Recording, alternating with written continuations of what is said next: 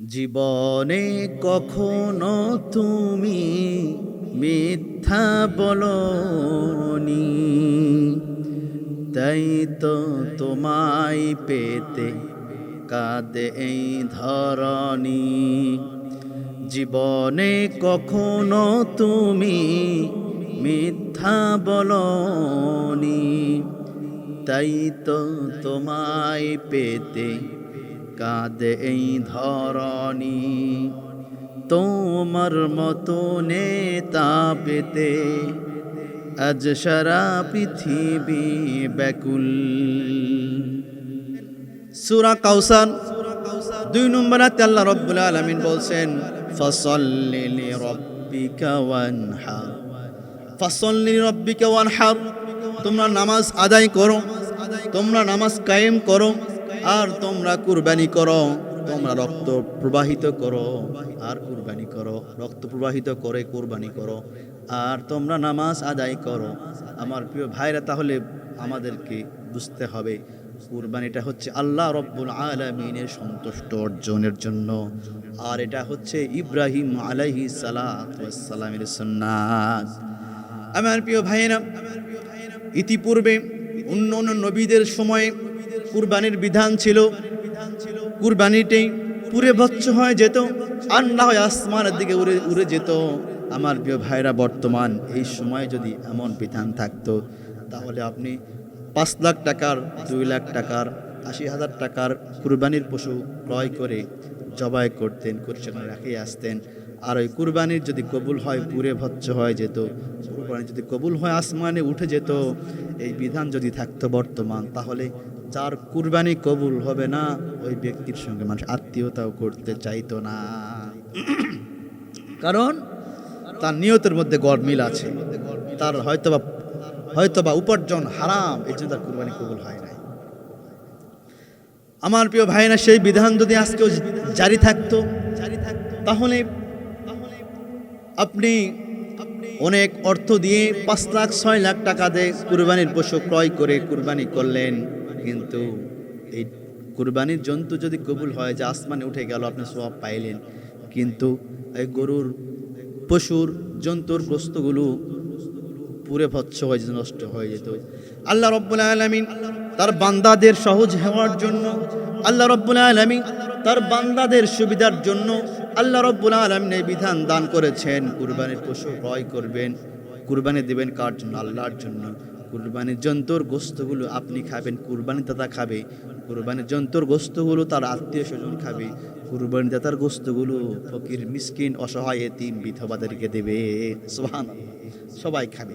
আমার প্রিয় ভাইরা, কুরবানির জন্তুর গোশতগুলো আমরা প্রথমে নিজেরা নেব, এরপর আমাদের যে আত্মীয় স্বজন আছে, নিকট আত্মীয়, দূর আত্মীয়, এদের মাঝে আমরা কুরবানির জন্তুর গোশতগুলো আমরা পৌঁছায় দেব ইনশাআল্লাহ। এরপরে ফকির মিসকিন অসহায় এতিম বিধবা যারা আছে, এদের কাছেও আমরা কুরবানির গোশতগুলি আমরা পৌঁছায় দেব ইনশাআল্লাহ।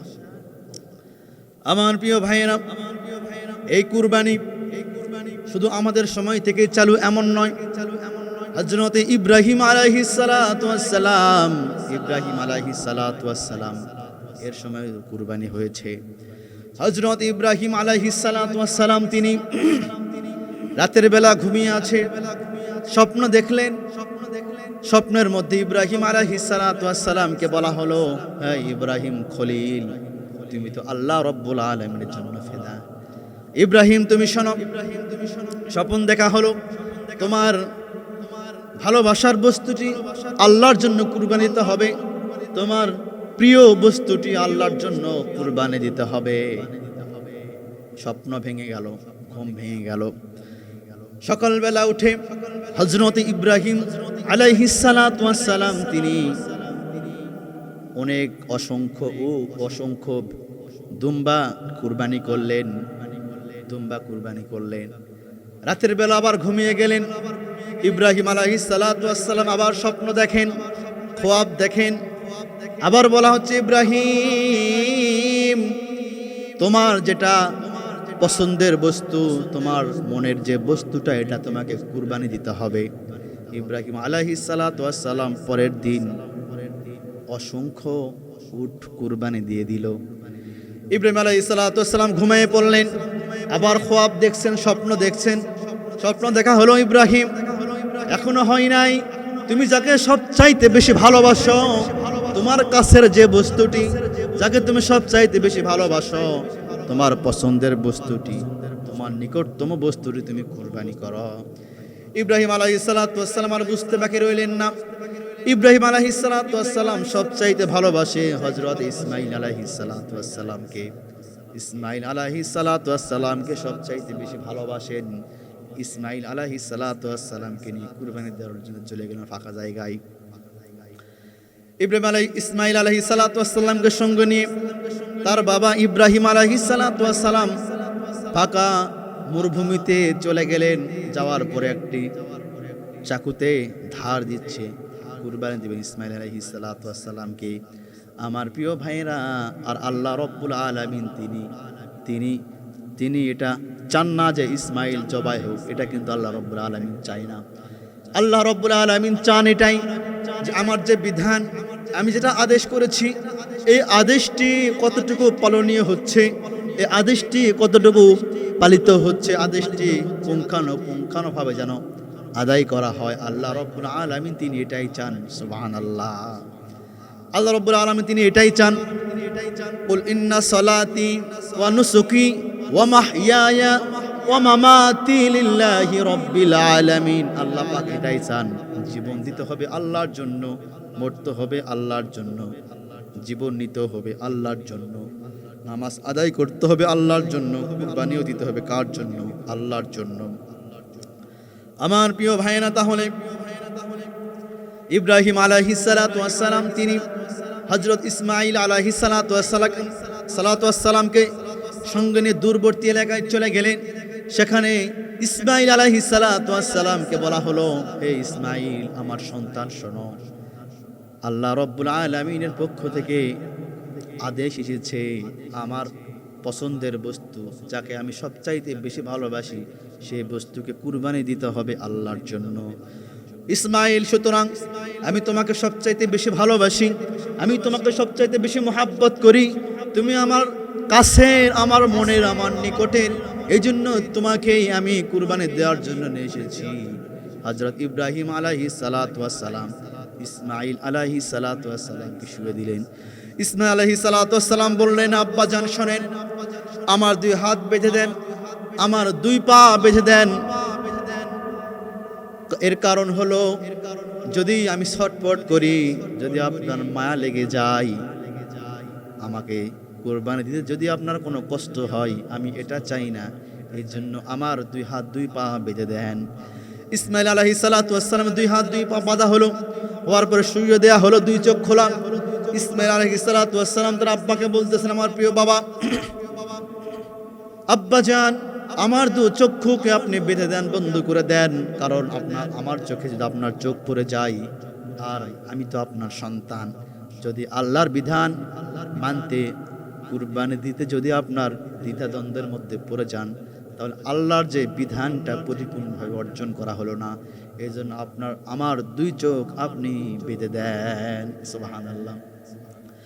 ইসমাঈল আলাইহিস সালাতু ওয়াস সালাম তিনিও নবী।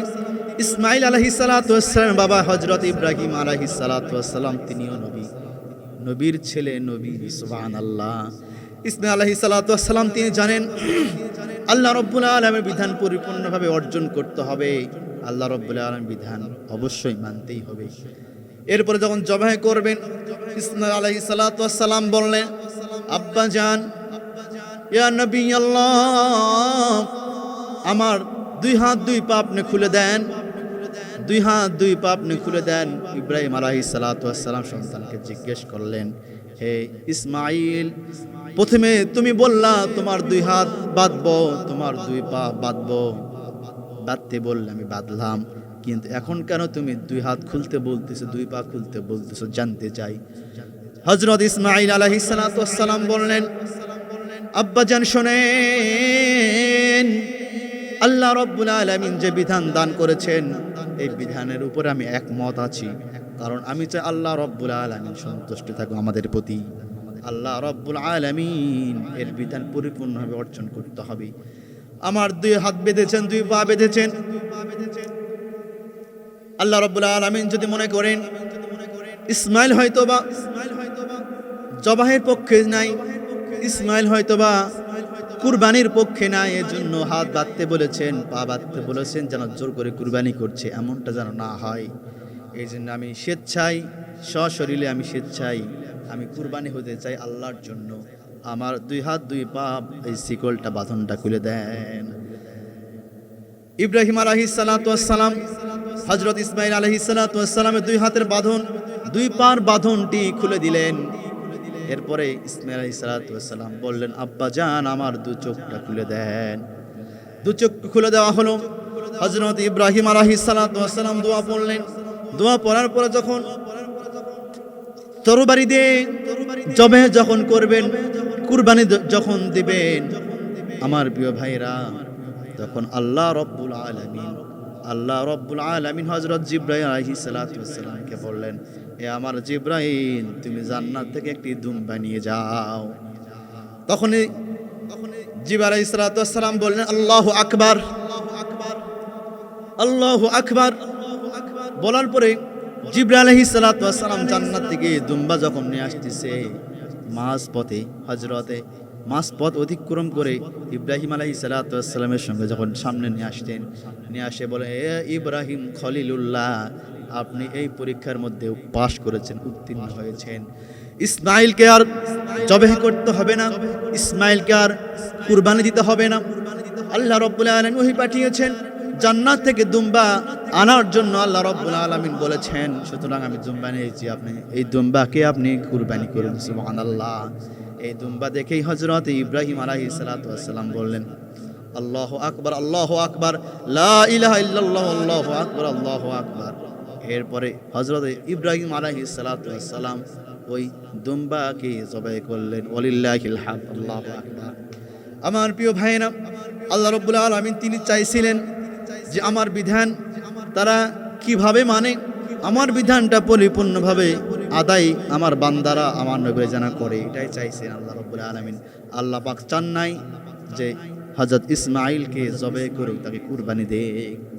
সুতরাং আমার প্রিয় ভাইয়েরা, কুরবানি দিতে হবে আল্লাহ রাব্বুল আলামিনের সন্তুষ্টি অর্জনের জন্য।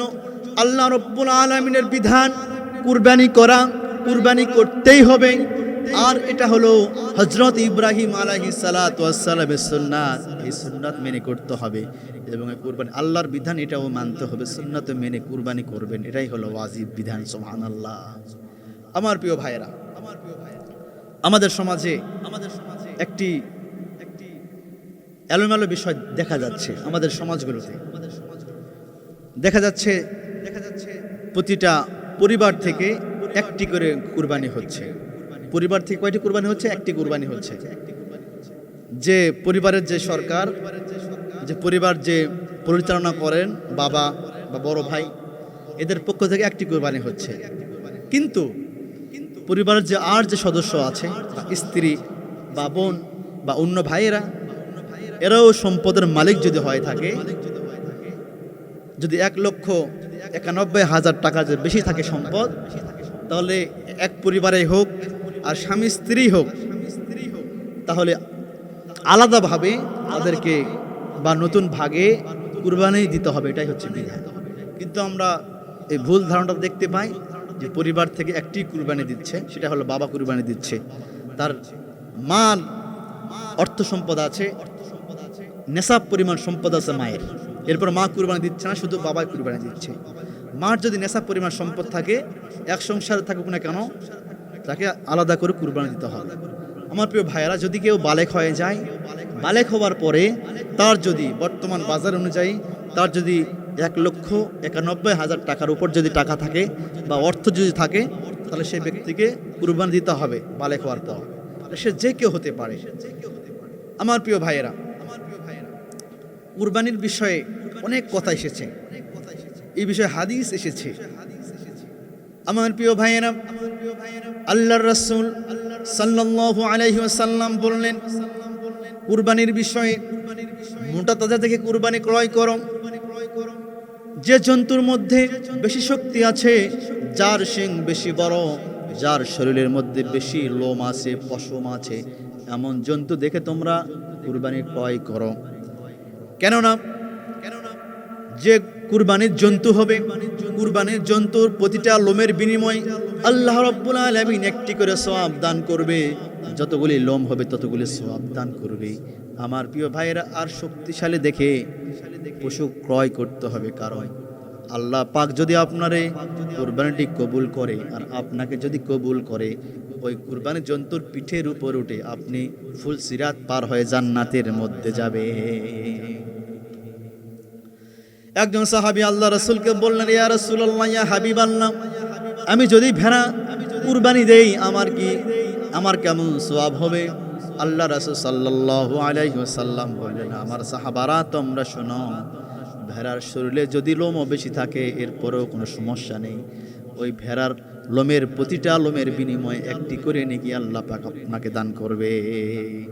শুধু তাই নয়, যে মূল আসল যে লোম আছে, এই লোমের নিচ থেকে আর অতিরিক্ত যে লোমগুলো বের হয়, ছোট ছোট লোমগুলো, এই লোমগুলোর কে সামনে রেখে প্রতিটা লোমের বিনিময়ে আল্লাহ রাব্বুল আলামিন একটি করে নেকি আল্লাহ রাব্বুল আলামিন কুরবানিদাতার আমলনামায় দান করবে। আমার প্রিয় ভাইয়েরা, কুরবানির পশুর কোনো কিছু আল্লাহ রাব্বুল আলামিনের দরবারে যায় না, শুধুমাত্র কুরবানিদাতার মনের নিয়তটা আল্লাহ রাব্বুল আলামিনের কাছে পৌঁছে। আমার প্রিয় ভাইরা, আমার নবীজি বললেন, কুরবানির যাদের নিয়ত ভালো আছে, যারা আল্লাহ রাব্বুল আলামিনকে খুশি করার জন্য, যারা আল্লাহ রাব্বুল আলামিনের সন্তুষ্টি অর্জনের জন্য যারা কুরবানি করবে, এই কুরবানির জন্তুর রক্ত জমিনে পড়ার পূর্বেই আল্লাহ রাব্বুল আলামিন ওই কুরবানিদাতার জিন্দেগির গুনাহগুলিকে মাফ করে দেবে। ওই কুরবানিটি আল্লাহ রাব্বুল আলামিন কবুল করে নেবে। আমার প্রিয় ভাইয়েরা, কুরবানি যখন আমরা করব, কুরবানি করার সময়ে আল্লাহ রাসূল সাল্লাল্লাহু আলাইহি ওয়াসাল্লাম বলেছেন, কুরবানি যখন তোমরা করবা, কুরবানির দাতাগুলো সেখানে উপস্থিত থাকা মুস্তাহাব। একটি গাভীতে যদি 60টি ভাগ হয়, ওই 7 জন ব্যক্তিকে কুরবানি দেওয়ার সময় উপস্থিত থাকতে হবে। আমার প্রিয় ভাইয়েরা, এটাই হলো মুস্তাহাব। কুরবানি দেওয়ার সময়, কুরবানি করার সময় উপস্থিত থাকতে হবে। হযরত আয়েশা সিদ্দিকা রাদিয়াল্লাহু আনহা বললেন, ইয়া রাসূলুল্লাহ, ইয়া হাবিবাল্লাহ, আমি মেয়ে মানুষ, আমি যদি কুরবানিতে ভাগ দেই, কুরবানি যদি আমার পক্ষ থেকে হয়, আমি তো মেয়ে মানুষ, আমাকে যাওয়া লাগবে কিনা? আল্লাহ রাসূল সাল্লাল্লাহু আলাইহি ওয়াসাল্লাম বললেন, যারা মেয়ে মানুষ থাকবে, মেয়ে মানুষরা পর্দার আড়াল থেকে কুরবানি জবাহ করা দেখবে। কুরবানি জবাহ করা তারা দেখবে, পর্দার আড়াল থেকে যারা মেয়ে মানুষ তারা দেখবে। আর যারা ছেলে মানুষ, এই ব্যক্তিগুলো সেখানে সশরীরে সেখানে থাকবে কুরবানি জবাহ করার সময়। আমার প্রিয় ভাইরা, কুরবানি দেওয়ার সময় আমাদের কিছু ভুল সিস্টেম আছে। যেমন আমরা বলি কার নামে আমরা কুরবানি দেব, কার নামে? আব্দুল আজিজের নামে কুরবানি দেওয়া। যদি আমাদের 60টি ভাগ হয়, বলা হয় 1 নম্বর আব্দুল আজিজের নামে কুরবানি, 2 নম্বর আব্দুল গফফারের নামে কুরবানি, 3 নম্বর আব্দুল মালিকের নামে কুরবানি, 4 নম্বর অমুকের নামে কুরবানি, অমুকের নামে কুরবানি। এই নামে কুরবানি বলা যাবে না, বলে বলতে হবে অমুকের পক্ষ থেকে কুরবানি, আজিজের পক্ষ থেকে কুরবানি, দিলদারের পক্ষ থেকে কুরবানি, সাকিবের পক্ষ থেকে কুরবানি। আমরা এইভাবে বলবো, আমরা কারোর নামে কুরবানি বলবো না। আমাদের সমাজে দেখা যায় যে অমুকের নামে কুরবানি দাও, অমুকের নামে কুরবানি। নামে কেন? নাম হবে আল্লাহ রাব্বুল আলামিনের নামেই কুরবানি হবে, আল্লাহ রাব্বুল আলামিনের সন্তুষ্টির জন্যই কুরবানি হবে। পৃথিবীর কোনো মানুষের নামে কুরবানি হবে না, শুধু পৃথিবীর মানুষদের পক্ষ থেকে কুরবানি হবে। আমার প্রিয় ভাইয়েরা, কুরবানি হবে আল্লাহ রাব্বুল আলামিনের সন্তুষ্টি অর্জনের জন্য। এই কুরবানিটি একটি ইবাদত, ওয়াজিব ইবাদত। এই কুরবানি যে জবাহ করবে, এই ব্যক্তির নেকি হবে। যে ব্যক্তিগুলো কুরবানির জন্তু যখন জবাহ করা হবে, এই কুরবানির জন্তু যখন ধরবে, 5-7 জন মিলে কুরবানির জন্তু গরুকে ধরা হয়, তারপর জবাহ করে।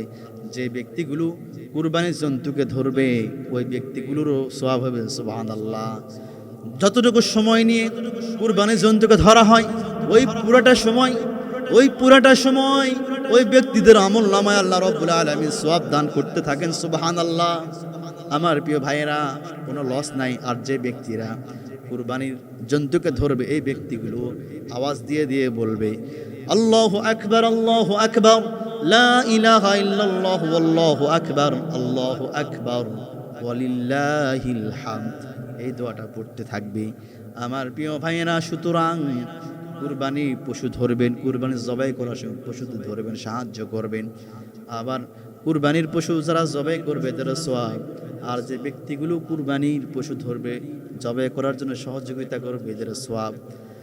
আমার প্রিয় ভাইয়েরা, আর দেখা যায় যে ব্যক্তিগুলো নিয়ত করে ছাগল, মহিষ, গরু পালন করে দেখাশোনা করে, মনে করে এই 1 বছর এই ছাগলটাকে পালবো, 1 বছর এই গাভীকে আমি লালন পালন করে এই ছাগল, এই গাভীকে আমি কুরবানির আগে বিক্রি করব।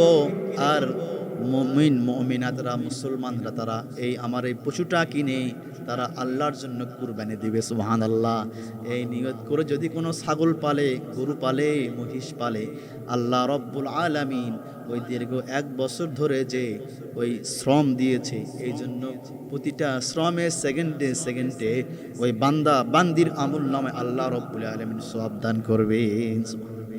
কারণ এটা হচ্ছে ভালো কাজ। সবার কুরবানির আল্লাহ রাব্বুল আলামিন কবুল হয় না। আবার সবার পশুগুলো কুরবানির জন্য জবে হয় না।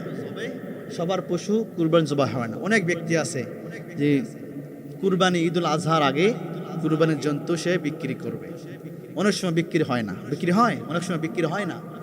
সে দেখা যায় ঈদের পরেও বিক্রি হয় না, আর ঈদুল আজহার পরে 5-7 মাস পরে আবার বিক্রি হয়।